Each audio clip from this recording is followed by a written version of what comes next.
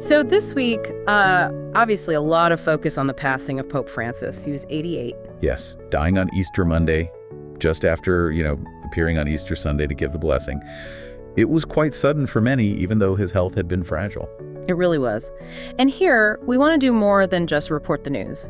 We're aiming for a deeper dive, looking back at his papacy. We've been looking at recent coverage, especially that Norah O'Donnell interview from about a year back. Right. The idea is to understand what really stood out about his time as Pope, what made it distinctive. Exactly. And maybe a good starting point is that name he was often given, the People's Pope. What does that really signal, do you think? Well, that label, People's Pope, it's incredibly telling, isn't it? It immediately suggests something different, maybe less traditional. And what's striking is how his actions, really from day one, seemed to back that up. Think about his very first act after being elected. Yes. Asking the crowd in St. Peter's Square to bless him before he blessed them. Exactly. A complete reversal of the usual protocol. It spoke volumes, didn't it? About humility, about wanting a connection, not just authority. Absolutely. And then there's the name he chose, Francis. After Francis of Assisi, linking himself to simplicity, to service, to the poor. Right. And you add to that him being the first Pope from the Americas, the first Jesuit Pope. Yeah. These weren't just, biographical footnotes. They signal a different perspective at the very top. They really did. And these choices weren't just symbolic gestures either. Take where he chose to live. The Santa Marta guest house, yeah. Instead of the Apostolic Palace, the traditional papal apartments. That was a big deal. It sort of dismantled some of that centuries-old papal distance, didn't it? Living more among others. Definitely. It created a different image, more accessible. And it fits with other things, too, like his comments about the Pope Mobile. Oh, right. He said he felt like he was in a sardine can, even the bulletproof glass one. He wanted to be closer to people. Yeah, and we often saw him using more open vehicles or just waiting in the crowds. It seemed driven by that desire for real contact. Which connects directly to another major theme of his papacy, I think. His focus on margins. Absolutely. His advocacy for migrants, for refugees, for the poor, for anyone really on the fringes of society. That was a constant drumbeat. And not just words. I mean, the practical things like setting up showers, barbers, medical services for the homeless right there in St. Peter's Square. That was such a concrete example of putting his words into action. It really cemented that People's Pope image, showing care for the most vulnerable right on the Vatican's doorstep. Okay, so that's the outreach. But his papacy also faced huge challenges, the clerical sex abuse crisis being a major one.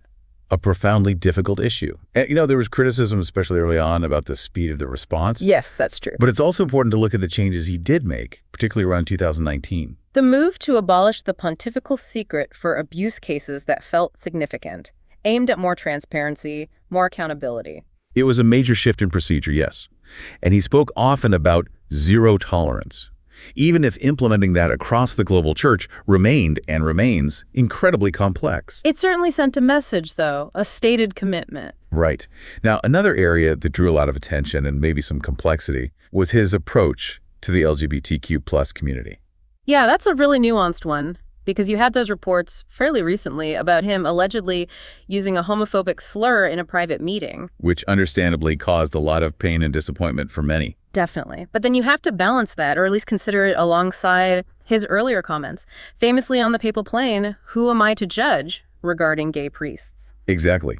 That comment early in his papacy was seen by many as opening a door, signaling a more welcoming tone, even if doctrine didn't change. So it highlights this tension, maybe, Yeah. between traditional doctrine and a desire for pastoral outreach and inclusion. It wasn't simple. Not at all. And maybe, his own background gives some context. Born in Buenos Aires, parents were Italian immigrants. Faced health issues himself, lost part of a lung when he was young. Right. Those kinds of life experiences perhaps foster a certain empathy, a connection to struggle. And that story about him going to the conclave, the one that elected him, with just a small bag because he expected to fly right back to Argentina. It speaks to a certain humility, doesn't it? Maybe not seeking the office for himself. Yet he stayed for over a decade, traveled extensively, over 60 countries, and kept up a pretty demanding schedule almost to the end. Quite remarkable, really. And when asked about his legacy, his answer was interesting. What did he say? Something like, the church is the legacy. Through you, through every Christian, through everyone. Putting the focus back on the community, the people. That fits. And his emphasis on the church being for everybody. Yes. which connects to that observation Nora O'Donnell made that he changed the tune but not the lyrics. That's a great way to put it. The core doctrines might not have shifted fundamentally, but the feeling, the emphasis, the sense of welcome that felt different under him. You see it in things like, well, the tone towards LGBTQ plus people, even with the complexities we mentioned, or appointing women to more significant managerial roles in the Vatican, even while upholding the male-only priesthood. It's about creating a more inclusive culture, perhaps, within the existing structures. Exactly. And looking ahead, his influence is, well, baked in to some extent. How so? Through his appointments. He appointed the vast majority of the cardinals who will actually vote in the next conclave.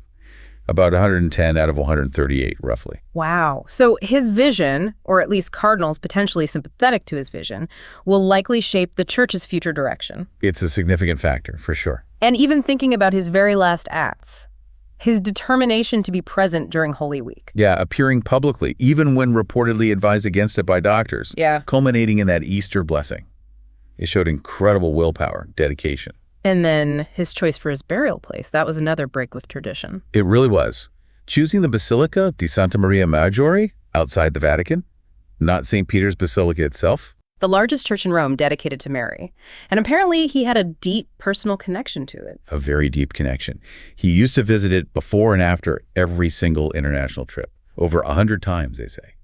A real devotion to Mary. So choosing to be buried there, it feels like another very personal, symbolic statement, highlighting something deeply important to him, and again, doing things his own way. Another example of him sort of gently shifting focus, even in death. And those bells tolling in St. Peter's Square afterwards. One gong for each of his 88 years. A poignant moment. It really was. It felt like a fitting sort of final connection between him, the people, and the spiritual core of his faith. So reflecting on it all, that people's pope idea seems quite fitting. His focus on inclusion, on the marginalized, that different style, Yeah. It left a real mark, a positive one, many would argue. I think what stands out is how many of his actions, even the ones that broke tradition, seemed aimed at making the church feel, well, more relevant, maybe more compassionate, certainly more accessible in the modern world. Don't forget to subscribe and hit the notification bell for future podcast notification. This is The Podcast, powered by OnCue New Media.